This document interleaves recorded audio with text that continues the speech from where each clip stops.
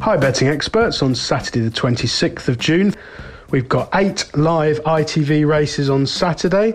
Newcastle on the all-weather, Newmarket on fast ground, and over in the Curragh, the Irish Derby expect to be on really fast ground as well.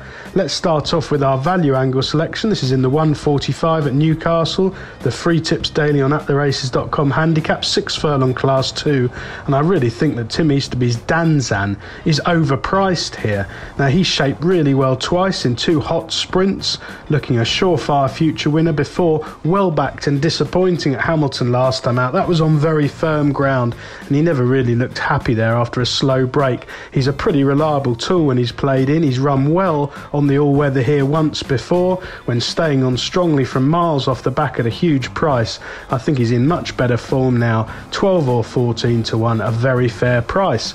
For our nap of the day, we go to the 220. This is the Chip Chase Stakes, a Class 1 Group 3, 6 furlong contest here, and I'm going to take a chance on Kevin Ryan's prolific sprinter, Brando. Now, he's run 48 times in his career, but quite remarkably has only run on an all-weather surface once, which you might think was a negative, but it actually came in this race in 2020, the Chip Chase, and he finished a brilliant second there. And if you watch the run back, which I have this morning, I thought he was an unlucky loser. He was slowly away uncharacteristically, well out the back, which wouldn't be his normal run style on the turf, but he ran on really strongly to take second on the post behind Judicial. It was a really good run. Now, this season he has returned as good as ever, showing blistering pace on a couple of occasions. You do have to excuse a lesser effort at York last time out, but that was on loose ground. Starman, the winner, is top class. This is definitely a drop in grade, and I think that Brando, who's 12 to 1 this morning, I think he'll go close. Now, he is 9 years old, but I'm hoping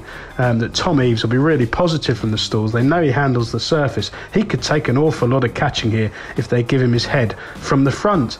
Now on to the rest of the ITV races, starting with the 205 at Newmarket, the Maureen Britton Memorial Filly Stakes. I like Cachet here of George Bowie. Now, this filly comes from a yard who've dominated the juvenile scene. They've got an amazing strike rate.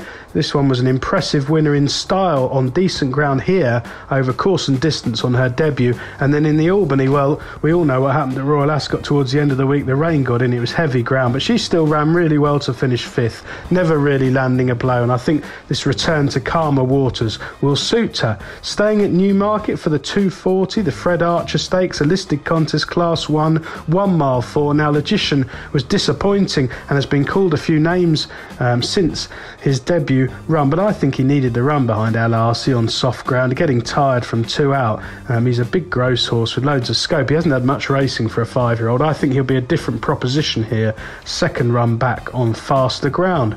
Back to Newcastle for the 255, the Northumberland Vars Handicap, a consolation race over 2 miles. I like Ed Walker's Dream Weaver here, who's available around 16 to 1 this morning. I thought he shaped a lot better than the bare result after a very slow break at Chester last time out on testing ground, and his previous efforts this season hint that he can win off this kind of mark. He's unexposed over the staying trip, and I think he'll go close with any luck in running.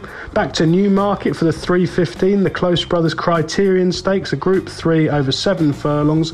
I like Glorious Journey here of Charlie Appleby, who continues in fantastic form. Now, this prolific winner has won 6 of his 23 starts, earning over £250,000 in prize money, and I thought he was a most unlucky loser, suffering trouble in running when finishing 3rd at Haydock last time out. That form is just about the best on offer here, and he should go really close on fast ground that suits him with James Dorr booked. Back to Newcastle for the 330, the Sky Sports Racing Northumberland Plate, a handicap over 2 miles, wide open betting. This is a really hot race, but I think Australis is worth chancing over 2 miles. He's got excellent course and distance form in the book, which is a big plus, and I thought he was quite eye-catching last time at Epsom when the shorter trip inconvenienced him. If you watch the run back, he was niggled along, going nowhere, a long way out there, but did cross the line with running left in him. I think he should go really well here. He's fit and proven on the surface, which will count for plenty, and there's no stamina doubts at all about him.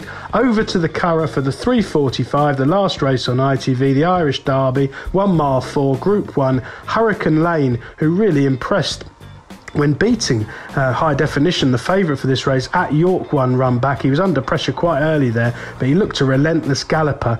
He was sent to Epsom carrying the stable hope, but they won it with their other runner in Adayar. But Hurricane Lane, I thought for me, was parked up the middle of the track, racing widest of all, and he never really looked at ease on the track, and that's what William Buick said afterwards. So I'm hoping for a positive, attacking ride at the Curragh, use his stamina, kick on a long way out and try and grind the others into the dust. Certainly at around 5-1, I think he's the one who represents decent value in a very competitive renewal.